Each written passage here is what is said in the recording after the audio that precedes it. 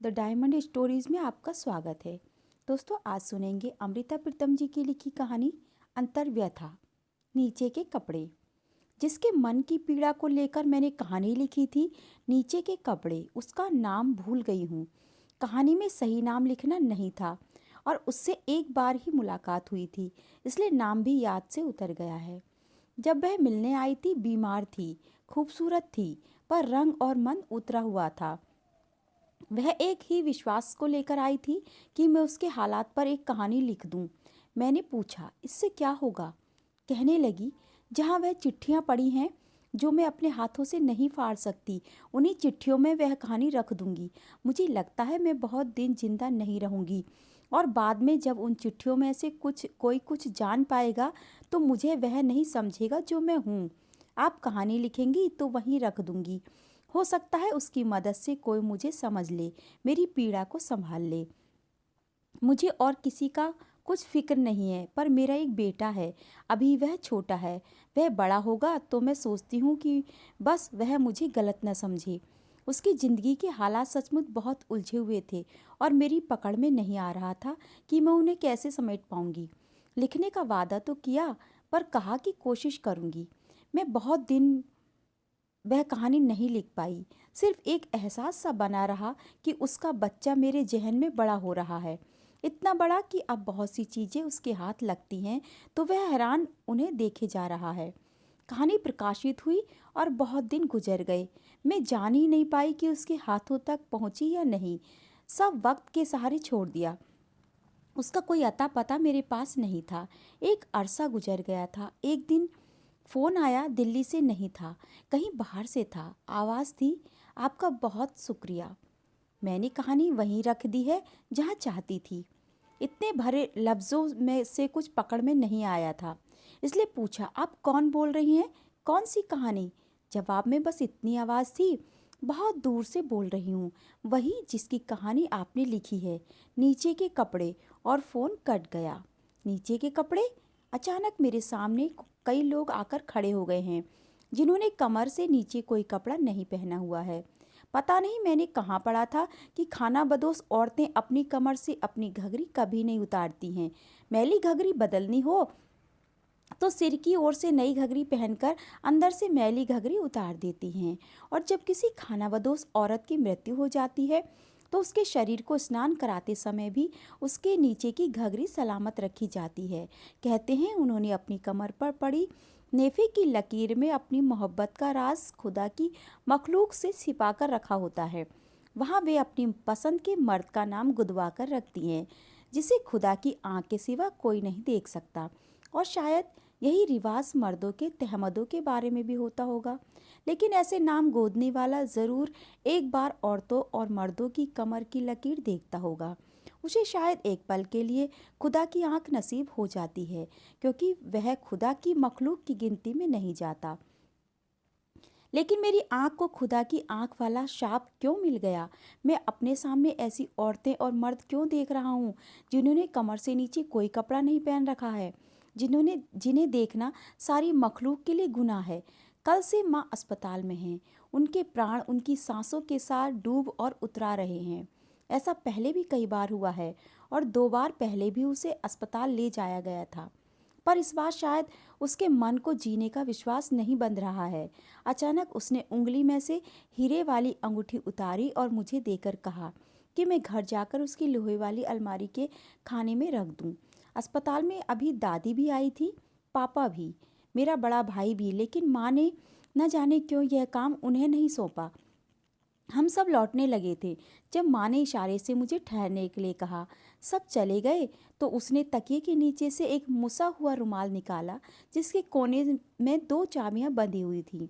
रुमाल की कसी हुई गांठें खोलने की उनमें शक्ति नहीं थी, इसलिए मैंने वह गांठ खोली। तब वह चाबी की ओर इशारा करके उसने मुझे यह काम सौंपा कि मैं उसकी हीरे की अंगूठी अलमारी के अंदर खाने में रख दूं।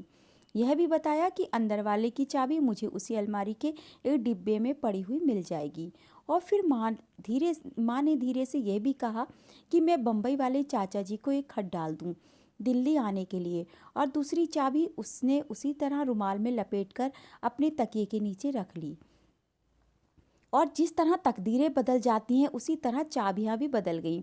घर में रोज़ इस्तेमाल की माँ की एक ही अलमारी है, लेकिन फालतू सामान वाली कोठरी में लोहे की एक और अलमारी है जिसमें फटे पुराने कपड़े पड़े रहते हैं।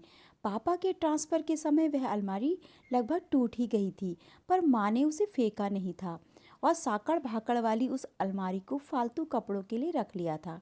घर पहुंचकर जब मैं माँ की अलमारी खोलने लगा तो वह खुलती ही ना थी। चाबी मेरी तकदीर की तरह बदली हुई थी। हाथ में थामी हुई हीरे की अंगूठी को कहीं संभाल कर रखना था, इसलिए मैंने सामान वाली कोठरी की अलमारी खोल ली। यह चाबी उस अलमारी की थी। उस अलमारी में भी अंदर का खाना था। मैंने सोचा उसकी चाची भी जरूर इसी अलमारी के किसी उसकी चाबी भी जरूर इसी अलमारी के किसी डिब्बे में ही मिलनी थी। और मैं फटे पुराने कपड़ों की तह खोलने लगा। पुराने उधड़े हुए सलमे के कुछ कपड़े थे जो माँ ने शायद उनका सुच्चा सलमा बेचने के लिए रखे हुए थे, और पापा के गर्म कोट भी थे जो शायद बर्तनों से बदलने के लिए माँ ने संभाल कर रखे हुए थे। मैंने एक बार गली में बर्तन बेचने वाली औरतों से माँ को एक पुराने कोट के बदले में बर्तन खरीदते हुए देखा था, पर मैं हैरान हुआ। माँ ने वे सब टूटे हुए खिलौने भी रखे थे जिनसे मैं छुटपन में खेला करता था। देखकर एक दहशत सी आई। चाबी से चलने वाली रेलगाड़ी इस तरह उल्टी हुई थी जैसे पटरी से गिर गई हो, और उस भयानक दुर्घटना से उसके सभी मुसाफिर घायल हो गए हों। प्लास्टिक की गुड़िया जो एक आंख से कानी हो गई थी, रबड़ का हाथी जिसकी सूंड बीच में से टूट गई थी, मिट्टी का घोड़ा जिसकी अगली दोनों टांगें जैसे कट गई हों, और कुछ खिलौनों की सिर्फ टांगें और बाहें बिखरी पड़ी थी, जैसे उनके धड़ और सिर उड़कर कहीं दूर जा पड़े हों और अब उन्हें पहचाना भी नहीं जा सकता था। मेरे शरीर में एक कंपन सी दौड़ गई। देखा कि इन घायल खिलौनों के पास ही मिट्टी की बनी शिवजी की मूर्ति थी जो दोनों बाहों से लुंजी हो गई थी, और ख्याल आया जैसे देवता भी अपाहिज होकर बैठा हुआ है। जहाँ तक याद आया, लगा कि मेरा बचपन बहुत खुशी में बीता था। बड़े भाई के जन्म के 7 बरस बाद मेरा जन्म हुआ था, इसलिए मेरे बहुत लाड़ हुए थे। तब तक वैसे भी पापा की तरक्की हो चुकी थी, इसलिए मेरे वास्ते बहुत सारे कपड़े और बहुत सारे खिलौने खरीदे जाते थे। लेकिन पूरी यादों के लिए इन टूटे हुए खिलौनों की माँ को क्या ज़रूरत थी, समझ में नहीं आया। सिर्फ खिलौनों ही नहीं, मेरे फटे हुए कपड़े भी तहों में लगे हुए थे।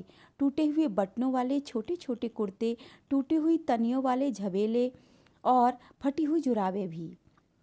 और फिर मुझे एक रुमाल में बंधी हुई वह चाबी मिल गई जिसे मैं ढूंढ रहा था। अलमारी का अंदर वाला खाना खोला ताकि हीरे की अंगूठी उसमें रख दूं। यही वह घड़ी थी जब मैंने देखा कि उस खाने में सिर्फ नीचे पहनने वाले कपड़े पड़े हुए थे, और अचानक मेरे सामने वे लोग आकर खड़े हो गए हैं जिनके सिर भी ढके हुए हैं, बाहें भी, ऊपर के शरीर भी, लेकिन कमर से नीचे कोई कपड़ा नहीं है। प्रलय का समय शायद ऐसा ही होता होगा, मालूम नहीं।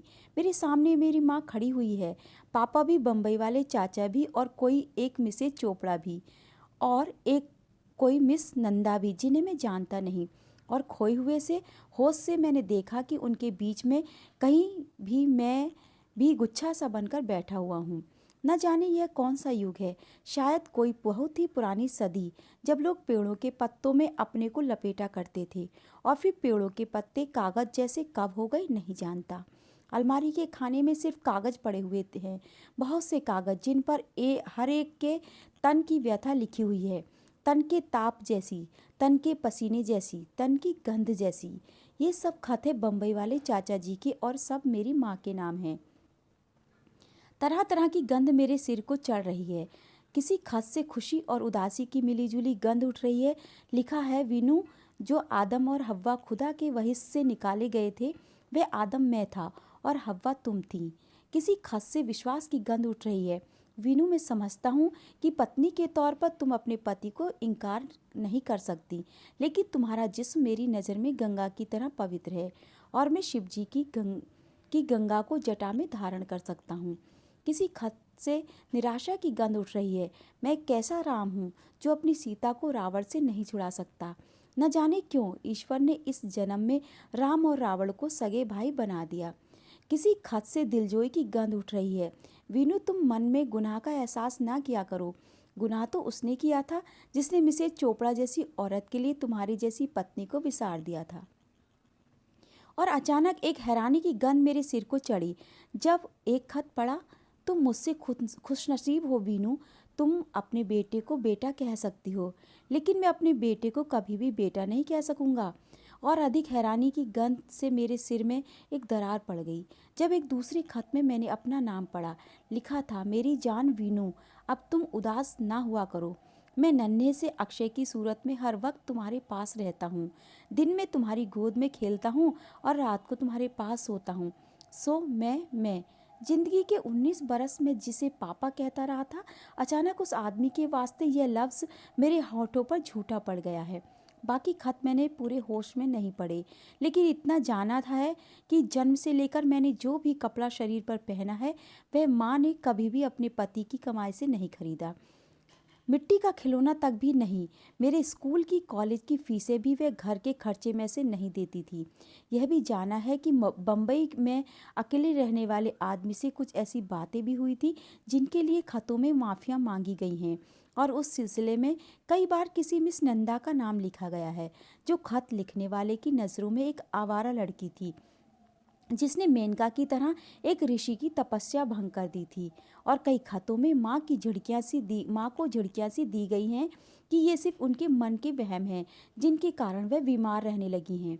यह माँ, पापा, चाचा, मिसेज चोपड़ा, मिस नंदा कोई भी खानाबदोशों के काफिलों में से नहीं है, पर खानाबदोशों की परंपरा शायद सारी मनुष्य जाति पर लागू होती है, सबकी घघरियों और सबके तहमदों पर। जहाँ उनके शरीर पर पड़ी उनके नेफे की लकीरें पर लिखा हुआ नाम ईश्वर की आँख के सिवा किसी को भी नहीं देखना चाहिए। और पता नहीं लगता कि आज मेरी आँख को ईश्वर की आँख वाला शाप क्यों लग गया है।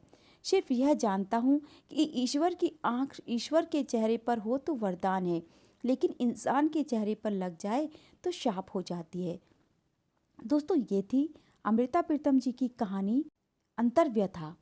आपको कैसी लगी कमेंट करके मुझे ज़रूर बताइए, और इसी तरह की वीडियो देखने के लिए, इसी तरह की नई नई कहानियों के लिए मेरे चैनल को भी सब्सक्राइब कर लीजिए। वीडियो को लाइक और शेयर भी ज़रूर कीजिए। कहानी सुनने के लिए आपका बहुत बहुत धन्यवाद।